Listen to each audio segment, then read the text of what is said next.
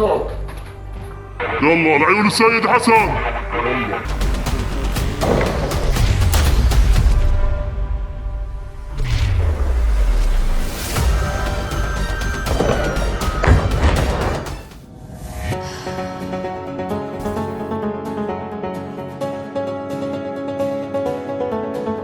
Brigade Al-Quds terlibat pertempuran sengit dengan Tentara Pertahanan Israel (IDF) di Kam Jenin dan Tubas di tepi barat.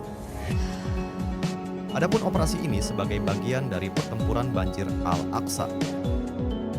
Dalam video yang dipublikasi di saluran Telegram pada Jumat, 25 Oktober, memperlihatkan pejuang bentrok dengan musuh. Pejuang Al-Quds juga menembaki sejumlah buldoser militer musuh hingga meledak.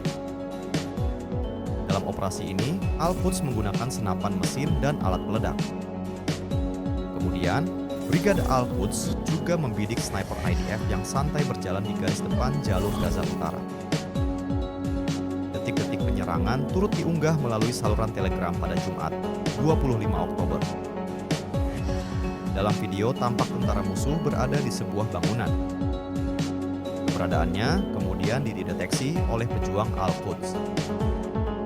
Tak berpikir lama, Al-Quds langsung menyiapkan serangan terhadap posisi musuh.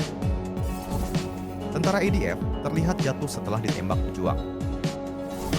Dalam operasi tersebut, Al-Quds juga menembaki konvoi kendaraan musuh. Disebut sejumlah kendaraan militer Israel terbakar hingga muncul asap tebal.